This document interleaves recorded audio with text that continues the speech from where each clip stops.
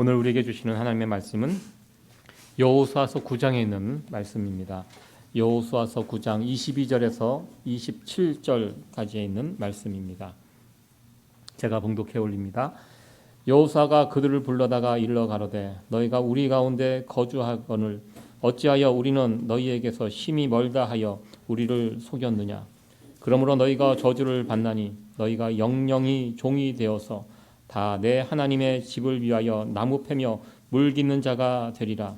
그들이 여호수아에게 대답하여 가로되 당신의 하나님 여호와께서 그 종 모세에게 명하사 이 땅을 다 당신들에게 주고 이 땅 모든 거민을 당신의 앞에서 멸하라 하신 것이 당신의 종에게 분명히 들리므로 당신들을 인하여 우리 생명을 잃을까 심히 두려워하여 이같이 하였나이다. 보소서 이제 우리가 당신의 손에 있으니 당신의 의향에 좋고 옳은 대로 우리에게 행하소서 한지라. 여호수아가 곧 그대로 그들에게 행하여 그들을 이스라엘 자손의 손에서 건져서 죽이지 못하게 하니라. 그날에 여호수아가 그들로 여호와의 택하신 곳에서 회중을 위하여 여호와의 단을 위하여 나무 패며 물 깃는 자를 삼았더니 오늘까지 이르니라. 아멘.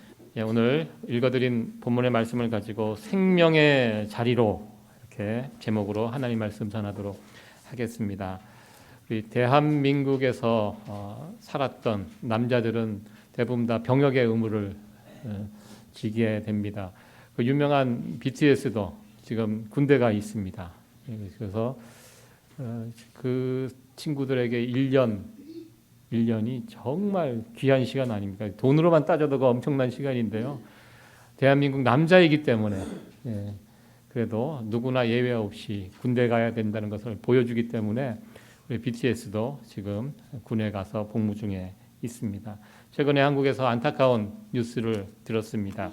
큰 홍수 난리 가운데 군부대가 투입이 돼서 그 대민 지원 사업을 하다가 아까운 청년 하나가 물에 떠내려서 목숨을 잃었다는 그런 안타까운 뉴스를 들었습니다. 부모님들은 자기 자녀를 군대에 보낼 때 보낸 그 모습 그대로 다시 집으로 돌아오는 것, 이것이 간절한 소망이고요. 그리고 나라는 그것을 또 해줘야 합니다.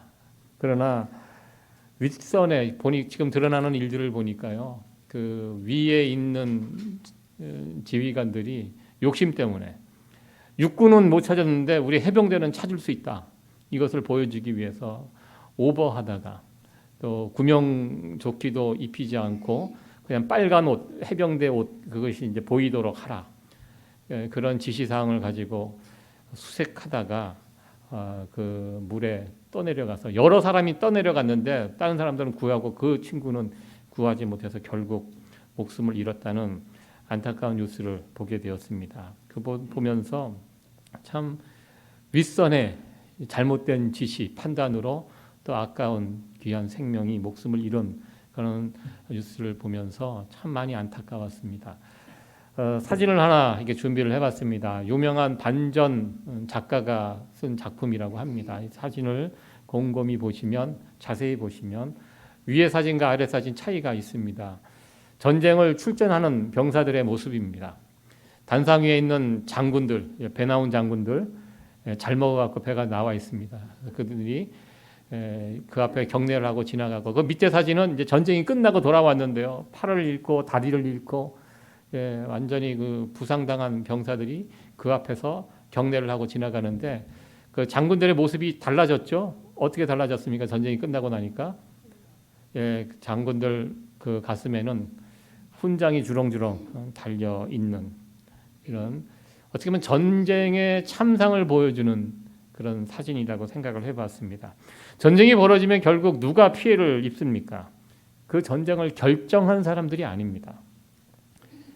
전쟁을 결정할 때 아무런 힘과 영향력이 없는 젊은 사람들이 피해를 본다는 것, 그것을 보여주는 상징적인 사진입니다.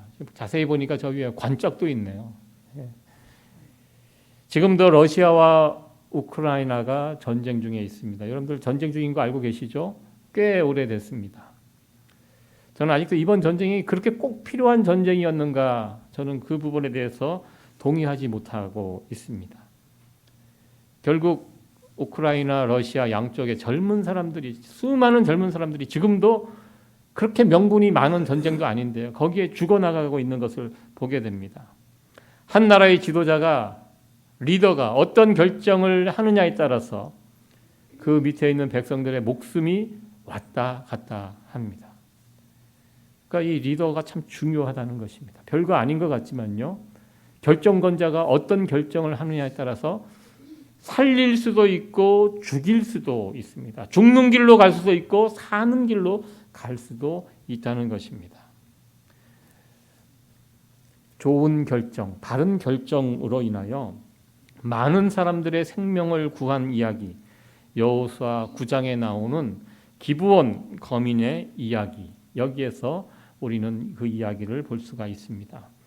이스라엘 군대에 의해서 전멸당할 위기에 처해 있는 이 상황 가운데 기브온 거민들이 이스라엘을 찾아와서 거짓말을 하면서 자신들의 목숨을 구걸을 합니다. 아주 비굴한 방법이죠. 쳐들어오는 적들 앞에 항복하고 거짓말하고 그래서 자신들의 목숨을 구합니다. 그래서 이스라엘은 그들을 받아주고 언약을 맺게 됩니다.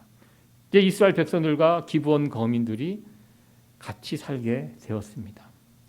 어떻게 보면 결론적으로 보면요, 이 기브온 거민들의 이 행위는 참으로 지혜로운 바른 결정과 선택이었고요, 이것 때문에 죽지 않고 다 함께 죽음의 자리가 아닌 생명의 자리로 나아갈 수 있게 되었다. 이것이 오늘 본문의 전체 내용입니다. 이 기브온 거민들, 이 사람들이 구원받는 장면은요, 이스라엘 백성들이 여리고성을 처음 들어갔을 때 그 성에서 유일하게 구원받은 가족이 있습니다. 기생 라합의 가족이 구원을 받았습니다. 이것은 개인적인 가족의 구원이고요, 이 기브온 거민은 집단 공동체의 구원입니다. 하나님께서 심판을 내려주시지만 그 심판 중에도 은혜를 베풀어 주시는 하나님의 모습을 우리는 오늘 여호수아서 9장을 통해서 확인하게 됩니다. 여호수아서 9장 1절과 2절에 있는 말씀을 보면 가나안 6개 족속들이 이스라엘 군대와 싸우기 위하여 연합을 하게 됩니다.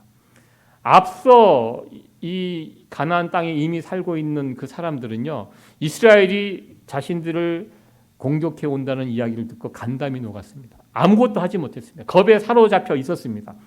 큰일 났다, 우리 망하게 되었다. 어느 일도 하지 못하다가 9장에 와서 분위기가 바뀝니다.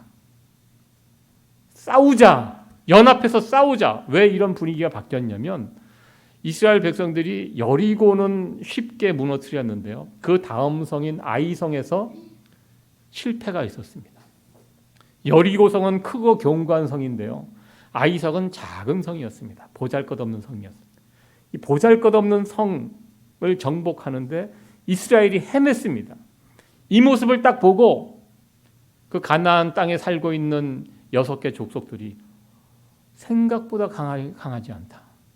우리가 1대1로 싸우면 질 수 있지만 6개 족이 힘을 합쳐서 연합해서 대항한다면 이길 수도 있다. 왜? 저 아이성을 봐라. 아이성, 저 보잘것없는 성을 이스라엘이 점령할 때 힘들었다. 사람도 죽고 지기도 하고. 그러니까 이제 쫄지 말고 같이 연합 힘을 합쳐서 저들과 대항해서 싸우면 우리가 이길 수 있다. 그러면서 6개 그 가나안의 6개 족속들이 연합을 해서 이스라엘과 싸우려고 하였습니다. 그런데 이런 상황 가운데 기브온 사람들은 그들의 결정과 다른 결정을 하게 됩니다. 이들 또한 똑같은 정보를 가지고 있었습니다. 그러나 그들은 이스라엘과 싸워서 해볼 만하다 이렇게 생각하지 않고요, 무조건 이스라엘에게 항복하기로 결정을 합니다. 그래서 오늘 9장 3절 이하에 보면 꾀를 내어서 작전을 잘 짜서 이스라엘을 속이고 그리고 여호수아 단판을 짓고 계약을 맺어버립니다. 손대지 않도록. 멀리서 왔다. 우리는 가까이 사는 사람들이 아니다. 저 멀리서 왔다. 우리랑 화친하자. 그러면서 화친을 맺게 됩니다. 이들이 이런 꾀를 내고 멀리서 왔다고 이야기하는 이유가 있습니다. 뭐냐면 하나님께서 모세에게 어떤 원칙을 정해 주셨습니다. 너희들 애굽을 떠나서 가나안 땅으로 갈 동안 여러 이방 족속들을 만나게 될 텐데 그들이 항복하면 받아줘라, 살려줘라. 그들을 너희 종으로 삼으면 된다. 대신 조건이 있다. 가나안 땅에서는 아니다. 가나안 땅은 다 죽여라. 가나안 요단강 건너기 전까지는 어떠한 이방 족속들도 너희가 대적하지 않고 항복하면 다 받아주지만 요단강 건너와서는 다 죽여라. 항복하는 적도 다 죽여라. 이것이 신명기에 모세에게 주신 하나님의 명령이었습니다. 규칙이었습니다. 이 원칙에 의해서 이 원칙을 이 기브온 족속들이 알고 있었습니다. 오늘 본문에 보니까. 그러니까 가까이에서 왔다고 사실대로 이야기하면 죽습니다. 그래서 이 모세에게 준 원칙을 이들이 들어 알고 있었기 때문에 일부러 멀리서 왔다고 그렇게 여호수아에게 이야기를 했습니다. 이 기브온 족속들은요, 기브온 사람들은 히위 족속 사람들입니다. 이스라엘 법에 대해서 충분히 연구를 했던 것 같습니다. 사실대로 이야기하면 이스라엘과 동맹을 맺는 것이 불가능하기 때문에 멀리서 온 것처럼 꾸며서 또 뭐 자신이 좀 배낭도 헤어지게 막 일부러 만들어 갖고 멀리서 온 것처럼 꾸며 갖고 거기서 연극을 했고요. 그리고 이 연극에 여호수아와 이스라엘 사람들이 속아 넘어져서 깜빡 속아서 확인 절차를 충분히 하지 않고 또 하나님께 묻지도 않고 덥석 그들의 화친 손을 내미는 것을 잡아주게 됩니다. 기브온 사람들은 이스라엘에 대한 소문을 들었습니다. 그리고 이스라엘이 섬기는 하나님에 대한 소문도 들었습니다. 앞서 6개 족속은 그 하나님 별거 아니다. 한번 우리가 뭉쳐서 싸워보자 이런 결정을 내렸지만 이 기브온 족속들은 다른 결정을 내립니다. 하나님과 싸우면 죽는다. 차라리 그들의 종이 되는 것이 낫다. 하나님과 대항해서 싸우면 우린 망한다. 이들은 이런 판단을 내렸습니다. 그래서 어떻게 보면 결론적으로 이들의 판단과 결정은 대단히 지혜로운 결정이었고요. 안 그러면 다 죽어야 될 사람들이 이들의 이 결정으로 다 살게 되었습니다. 라합의 가족처럼 이 기브온 이 사람들은 전체가 다 죽지 않고 살게 되었습니다. 이 기브온 이야기를 성경에 보면 이 뒤에도 기브온에 관한 이야기가 자주 나옵니다. 여기서 무슨 이야기냐면 이것이 우연히 된 이야기가 아니라는 것입니다. 하나님께서 원칙을 딱 세워주세요. 그런데 이 원칙이 있음에도 불구하고 하나님께 두 손 두 발 들고 항복하고 나가면 하나님께서 그런 사람들 어떻게 합니까? 받아주신다는 것입니다. 원칙을 내려놓으세요. 이 부분에 관해서는 여러분들 우리가 미국에 지금은 좀 더 이게 엄격해졌지만 미국의 법도 그런 것 같아요. 이 미국의 국경선이 있습니다. 못 들어오게 막습니다. 그러나 어거지로 밀고 들어오는 사람들 어떻게 합니까? 막 내보내지 않아요. 이렇게 심사해갖고 어쩔 수 없는 경우 그냥 받아주는, 예전에는 그랬습니다. 제가 예전에 그 텍사스에 사는 친구인데 물어보니까요. 그때 2000년대 초반에 그때 가서 물어보니까 그렇더라고. 그렇게 이야기를 하더라고요. 저녁 이제 해가 지고 저녁이 되면 그 국경선에 멕시코 사람들이 쑥 모인대요. 그래갖고 하나 둘 셋 하고 확 뛰어간대요. 그러면 국경선에 있는 경찰들이 몇 명 잡는데요. 잡지 못한 사람들은 넘어가는 거예요. 예. 그렇게 허술하게. 그래서 잡힌 사람들은 어떡하냐 그러면 잡아갖고 멕시코로 넘긴대요. 그럼 그 사람들도 그 다음날 또 거기 모여서 또 어슬렁거리고 또 하나 둘 셋 하고 또 뛰어 들어오고 뭐 이렇게 원칙은 못 들어오는 것입니다. 그러나 미국에서 살겠다고 어거지로 막 밀고 들어오면 그거 그냥 들어온 사람들 또 살 수 있도록 이렇게 해주는 것이 또 미국의 과거의 모습이었습니다. 우리 하나님이 그렇다는 것입니다. 하나님, 너 안 돼. 들어오지 마. 이 원칙을 딱 왜 못 들어오게 했냐면요. 이들이 들어와서 이스라엘 백성들을 오염시킬까 봐. 이 가나안의 이 죄악된 문화 때문에 이스라엘 백성들이 이것 때문에 죄 짓고 결국 그것 때문에 죄를 짓게 되거든요. 그래서 하나님께서 엄격히 막으려고 했는데요. 그럼에도 불구하고 하나님을 인정하고 하나님께 두 손 들고 항복하면서 하나님 살려주세요 하고 나오는 사람들을 우리 하나님께서 어떻게 하십니까? 받아주신다는 것입니다. 여호수아가 확인하지 못하고 실수하고 이들을 받아준 것처럼 보이지만 나중에 보면요, 하나님께서 이들을 철저하게 보호해 주십니다. 이들이 억울하게 죽음을 당해요. 사울 왕 때문에. 그래서 제가 언젠가 한번 설교 시간에 말씀을 드렸죠. 이 원수를 하나님께서 갚아주세요. 다윗을 통하여. 사울의 가문에 있는 사람들을 뽑아다가 남자를 죽였을 때 이 땅에 저주가 풀리는, 이게 무슨 뜻입니까? 이방인입니다. 하나님이 이들을 사랑하셨다는 것입니다. 하나님께 항복하고 온 이들을 하나님께서 하나님의 백성으로 받아주셨다는 증거이기도 합니다. 그래서 이 기브온 거민들이, 이 사람들이 하나님께 항복하고 들어왔을 때 하나님께서 이들을 받아주신 이 귀한 이야기를 통해서 세 가지 은혜들을 함께 살펴보도록 하겠습니다. 기브온 거민들이 살 수 있었던 거 무엇입니까? 아무리 죽어 마땅한 죄인이라도 하나님께 돌아온 자들은 어떻게 합니까? 하나님 살려주신다는 것입니다. 하나님께 나아가면 살 수 있습니다. 사실 기브온 거민이 받은 은혜가 우리들이 지금 누리고 있는 은혜가 아닙니까? 우리도 이스라엘 사람들이 아닙니다. 우리도 유대인들이 아닙니다. 성경의 기준으로 보면 우리는 이방 잡족에 속한 자들입니다. 그러나 우리가 하나님을 인정하고 예수님을 입으로 시인하고 영접하고 믿었기 때문에 하나님께서 우리를 받아주셨습니다. 그래서 우리는 하나님 때문에 사는 사람들이 될 수 있었습니다. 하나님은 이런 분이라는 것입니다. 하나님은 어떤 상황 가운데도 믿음으로 나오는 자들을 다 받아주시고 살려주십니다. 어떤 상황에도 하나님께 돌아가면 하나님이 우리를 살려주신다. 이 믿음을 붙들고 살아가는 성도 여러분들 되어지기를 간절히 축원합니다. 두 번째로 최고의 선택은 하나님이다입니다. 우리 인생에서 가장 잘한 결정 몇 가지가 있을 것입니다. 여러분들 인생에서 가장 잘한 결정 있으실 것입니다. 그 중에 가장 잘한 결정, 최고로 넘버원 결정은 우리가 하나님을 선택한 것입니다. 믿으십니까?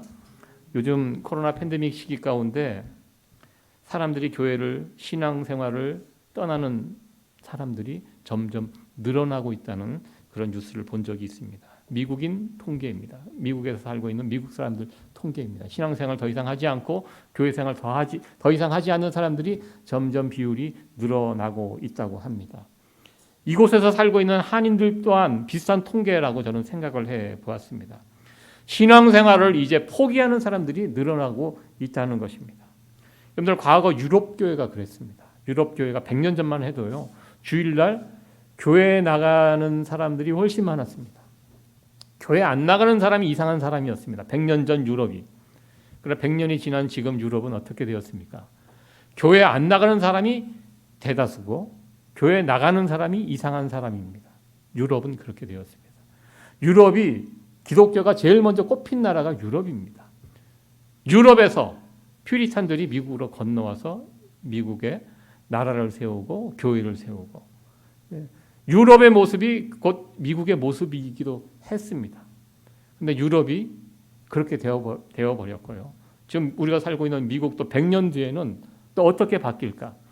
아마 유럽의 모습처럼 교회를 나가는 사람보다 교회를 안 나가는 사람이 훨씬 많은 그런 곳이 되지 않을까, 이런 우려 섞인 눈으로 우리가 살고 있는 미국 땅을 지금 바라보고 있습니다.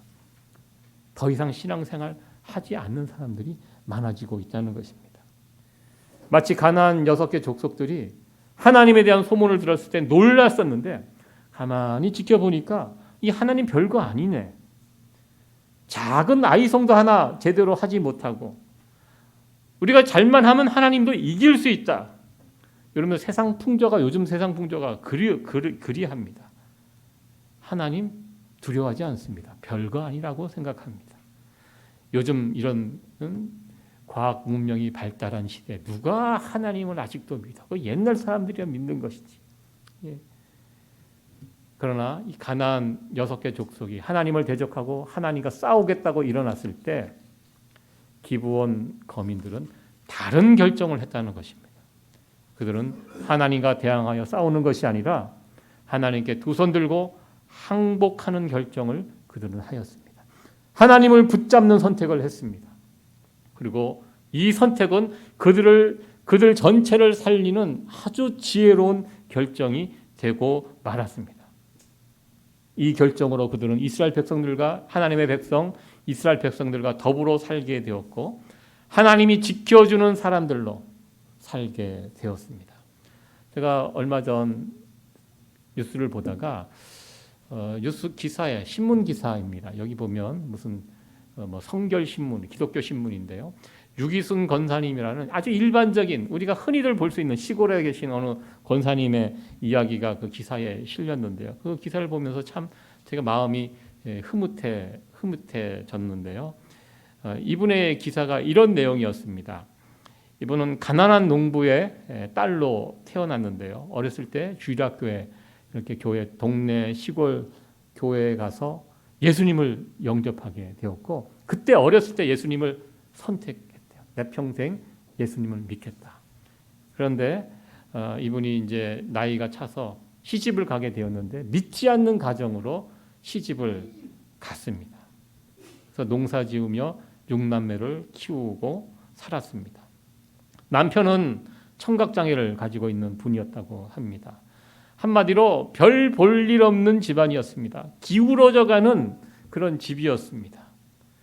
인간적으로 생각하면 잘 될 수 있는 부분이 하나도 없는 그런 집이었습니다.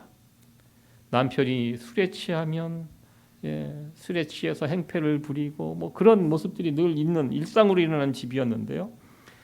그럴 때마다 이 권사님은 자녀들을 붙잡고 이 자녀들을 하나님 앞에서 바르게 키우겠다고 하나님께 나가 날마다 부르짖으며 기도했다고 합니다. 남편이 권사님 49살에 일찍 세상을 떠나고 홀로 이분이 6남매를 키우셨다고 합니다.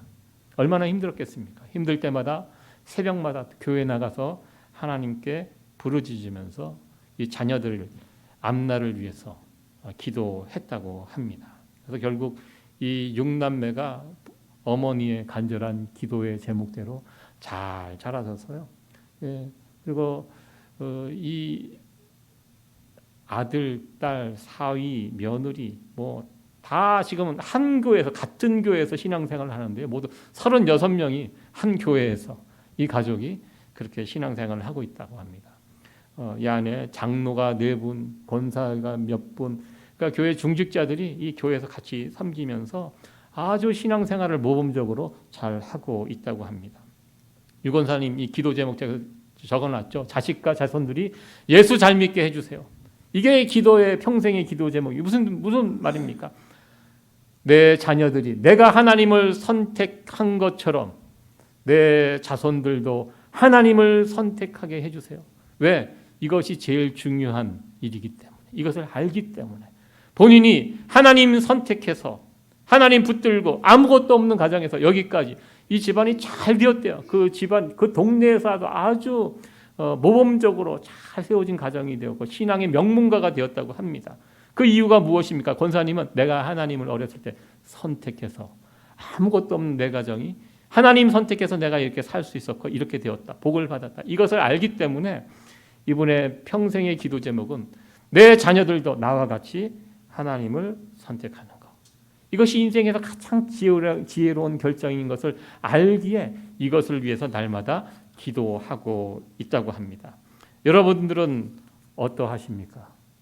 여러분들 하나님 선택한 거 후회하십니까? 후회하시는 것 같은데요, 몇 분은? 후회하지 않으시죠? 네. 우리가 하나님 선택하고 지금 이 자리에 있는 거 우리 인생에서 가장 잘한 선택입니다. 잘하신 것입니다. 저는 제가 아는 우리 장로님, 권사님, 그분 신앙생활 너무 잘 하셔갖고요. 제가 특별히 권사님은 아주 어렸을 때부터 그 하나님을 잘 믿는 분인지 알았는데요. 아니더라고요. 시집 와갖고 남편이 시댁이 하나님을 믿는 가정이기 때문에 그 나중에 그 하나님을 남편 때문에 알고 선택해서 이렇게 사시는 분입니다. 그래서 저희가 저를 만나서 서슴없이 남편 생명의 은입니다. 내가 남편 만나지 않았으면 나는 교회 안 다닌 사람이었다. 남편 만나갖고 하나님을 알고 이렇게 되었다고 이렇게 고마워하면서 이렇게 그 간증을 하시는 것을 들었습니다. 예, 하나님을 선택하는 것이 우리 인생의 최고의 선택이라는 거 기억하시고 날마다 감사하며 또 증거하며 살아가는 성도 여러분들 되어지기를 간절히 축원합니다. 네, 마지막 세 번째는요.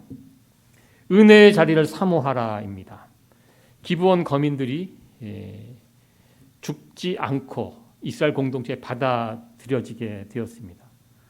이러고 나서 사람들이 이제 불만이 어떡하냐, 저 사람들 받아주면 어떡하냐, 저 사람 때문에 우리가 피해를 입으면 어떡하냐 이런 이야기들이 막 있었습니다.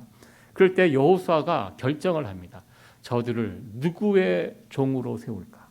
이제 항복해 들어왔기 때문에 이스라엘 백성들의 종으로 세워야 되는데 이 문제를 어떻게 해결할까 고민하다가 그 나온 해결책이 누구냐면 일반 백성들 집의 종으로 세우는 것이 아니라 성경에 보니까요. 제사장들 집의 종으로 가서 살도록 이렇게 하였습니다. 지금 가나안의 죄악된 문명에 물들어 있는 자들입니다. 이제 하나님에 대해서 전혀 모르는 사람들입니다. 자칫 이스라엘 백성들과 어울려 살다 보면 이스라엘 백성들이 오염될 수 있습니다. 그래서 여호수아는 이스라엘 백성들이 아니라 제사장들 집안에서 그들을 섬기며 종노릇 하도록 제사장들을 섬겨라. 성전에 와서 살도록 이렇게 연결해 주었습니다.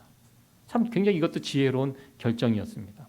예전에 저희 자녀들이 어렸을 때 그 친구들이 저희 집에 와서 이렇게 밤에 이제 슬립오버 같은 것을 자주 했습니다. 방학 때가 되면 저희 집에 정말 자주 왔습니다. 저희들은 누구 집에 애들 보낸 적이 거의 없는데요.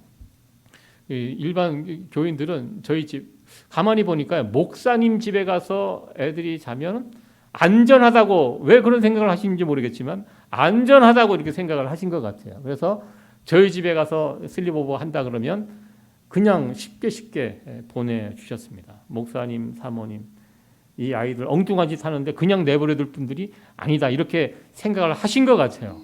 네, 그래서 어렸을 때는 이 아이들이 저희 집에 와서 참 많이 자고 놀고 그리하였습니다. 아마도 여호수아도 이와 비슷한 생각이 아니었는가 생각을 해봅니다. 이 기브온 거민 누구에게 맡길까? 아무래도 이 제사장 이 사람들에게 맡겨야 되겠다. 이들과 같이 어울려 지내다 보면 이들이 제사장 가문 하나님을 섬기는 이 가문 이 사람들과 지내다 보면 한 세대 두 세대가 지나면 이들도 하나님의 온전한 백성들로 세워져 갈 수 있을 것이다. 이렇게 생각하고 이들을 제사장 가문의 종들로 살아가도록 이렇게 하였습니다. 성전에 머물며 종살이했던 이들 어떻게 보면 종으로 사는 거 불행해 보이지만요. 하나님의 집에서 제사장들과 하나님의 사람들과 그곳에 은혜의 장소에 머물러 지내는 이들 어떻게 보면 하나님께서 이들에게 베풀어 주신 특별한 은혜의 자리가 아닌가 생각을 해 보았습니다. 예, 그곳에 머물면서 하나님의 은혜가 무엇인지 하나님이 누구이신지를 제사장들의 모습 예배를 드리는 이 장면을 모습을 통해서 기브온 거민들은 그것을 통해서 배우고 익히고 점점 하나님의 사람으로 바뀌어가지 않았을까 이렇게 또 생각을 해봅니다. 이 모든 것이 하나님의 은혜가 아닌가 생각을 해보았습니다. 저는 가끔 제 인생을 이렇게 돌아보면 그런 생각을 해봅니다. 만약에 부모님이 예수님을 믿지 않았다면 내가 내 스스로 내 발로 걸어서 교회 왔을까? 생각해 보니까요. 그럴 가능성이 희박하다 이렇게 생각을 해봤습니다. 제가 교회 다닐 수 있었던 하나님을 알게 된 것은 부모님의 영향이 절대적입니다. 내가 믿지 않는 가정에 태어났다면 내가 내 발로 스스로 교회에 나오지는 않았을 것 같습니다. 물론 하나님이 특별한 역사가 있어서 또 제가 교회 다니고 신앙생활을 할 수 있겠지만 제가 이렇게 제 살아온 삶을 이렇게 돌아보면 부모님의 영향이 굉장히 크거든요. 내가 목회자가 되지 않았다면 내가 성경을 이만큼 읽었을까? 여러분들 성경 제가 신대원 가기 위해서 성경을 이렇게 읽을 때 그때 정말 은혜의 시간이었습니다. 성경을 집중해서 여러 번 읽어보니까 성경이 너무 좋더라고요. 야, 이렇게 귀한 말씀. 왜 성경을 읽어야 한다는 것을 많이 들었지만 제가 이제 목회자가 되기 위해서 이 성경 공부를 이제 막 열심히 막 수십 번 읽다 보니까요. 성경 말씀이 너무 좋은 거예요. 야, 그래서 목사로서 그 목사가 누리는 유익 가운데 하나가 무엇이냐? 성경을 읽을 수 있다는 거. 좋든 싫든 제가 이렇게 여러분 앞에서 설교하기 위해서는 성경 읽어야 되잖아요. 알아야 되잖아요. 이거 모르고 제가 무슨 이야기를 무엇의 근거를 가지고 이야기를 하겠습니까? 그러니까 목사라는 직업 가운데 누리는 유익 가운데 하나가 제가 여러분들보다 성경을 많이 읽어야 된다는 거. 의무적이라도. 저는 이게 너무 지나고 보니까 좋은 거예요. 제가 목사가 되지 않았으면 이만큼 성경 읽지 않았을 것이다. 예. 목사가 되었기 때문에 싫든 좋든 성경을 읽어야 합니다. 읽게 되면 어떻게 됩니까? 성경을 읽으면서 은혜를 누리게 됩니다. 지금 생각해 보면 신대원 준비할 때가 성경을 정말 많이 읽었었고요. 근데 정말 은혜를 충만하게 받았던 시기가 그때가 아닌가 생각을 해봅니다. 목사가 됐기 때문에 제가 또 모든 예배에 다 참석을 하게 됩니다. 목사가 안 되었다면 제가 모든 예배, 주일 예배 한 번 정도 참석했을 것 같아요. 목사이기 때문에 모든 교회 공예배 참석할 수 있는 것. 어떻게 보면 이것도 하나님께서 저를 위하여 마련해 주신 특별한 은혜 자리가 아닌가 이렇게 생각을 해봅니다. 아마 저와 같은 경우 여러분도 있으실 것입니다. 제가 조금 전에 예화 드렸던 내가 저 남편을 만났기 때문에 내가 교회 다니는 거예요. 남편 안 만났다면 시집을 와보니까 시집 식구들이 다 교회 다니는 분들이에요. 어쩔 수 없이 교회를 처음에 나갔는데 나가보니까 너무 좋은 거예요. 하나님이 너무 좋은 거예요. 남편을 만났기 때문에. 저분을 만났지 않았다면 내가 이런저런 상황에 처하지 않았다면 나중에 돌아보니까요. 이 모든 것이 하나님이 나를 은혜의 자리로 하나님이 세워주신 하나님의 섭리였다는 것을 나중에 보게 됩니다. 우리가 머물러야 할 자리가 있습니다. 하나님이 나에게 베풀어 주신 은혜의 자리가 있습니다. 이 자리를 벗어나면 안 됩니다. 우리가 살고 있는 이 세상이 얼마나 악하고 죄짓기 쉬운 세상입니까? 우리는요 주변의 영향을 잘 받습니다. 주변 사람들의 주변 환경의 영향을 아이들만 잘 받는 것이 아니라 우리들도 잘 받습니다. 이 악하고 험한 세상에서 우리의 믿음과 신앙을 지키는 길이 무엇입니까? 은혜의 공동체, 은혜의 자리를 지킬 수 있을 때 우리는 좋은 신앙의 영향을 받을 수 있게 됩니다. 우리 교회가 작은 교회입니다. 여러분들 아시다시피 우리 세이비어 교회가 큰 교회가 아닙니다. 작은 공동체입니다. 그러나 이 작은 공동체이지만 저는 어디 가나 자랑합니다. 우리 교회 성도님들 너무 좋은 분들이다. 한 분 한 분 정말 귀한 분들. 제가 빈말 아니라고요. 제 동료들 만나면 막 자랑하잖아요. 저는 여러분들 자랑합니다. 우리 장로님들, 우리 권사님들 한 분 한 분들이 작지만 이 교회를 위하여 얼마나 수고하고 희생하고 섬기는지 제가 또 자랑은 잘하거든요. 자랑을 합니다. 정말 저희 교회는요 신앙도 좋고 인격도 좋고 한 분 한 분 정말 좋은 분들입니다. 이렇게 좋은 분들과 같이 어울려 있을 때 은혜의 자리에 머물러 있을 때 나를 지키고 나의 신앙을 지키고 나의 신앙을 세워갈 수 있습니다. 하나님은 그러한 목적으로 기브온 거민들을 제사장 집안으로 들이밀어 놓은 것입니다. 왜? 여기에 있어. 떠나지 마라. 그 안에서 종살이하면 물론 종살이하면서 고달프지만 이게 나중에 지나보면 그게 은혜의 자리였거든요. 이것 때문에 그들이 하나님의 백성들로 세워져 가고 있는 것입니다. 저와 여러분들 이 우리 세이비어 공동체 은혜의 자리를 더 사모하시며 이 은혜의 자리에 머물러 서로에게 선한 영향력을 서로 주고받고 세워가는 귀한 은혜의 공동체가 되어지기를 간절히 축원합니다. 오늘 여호수아서 9장 이 기브온 이야기를 함께 나눴습니다. 그들이 누렸던 세 가지 은혜들을 살펴보았습니다. 세 가지 무엇입니까? 하나님께 돌아가면 살 수 있다. 우리 인생의 최고의 선택은 하나님이다. 그리고 이 하나님이 마련해 주신 은혜의 자리에 이 은혜의 자리를 사모하고 그 자리에 머물러라. 이 세 가지 귀한 은혜가 기브온 거민들 가운데 있었습니다. 이 기브온 거민들이 누렸던 이 귀한 은혜들을 우리들도 날마다 누리며 살아가는 복된 성도들 되어지기를 간절히 축원합니다.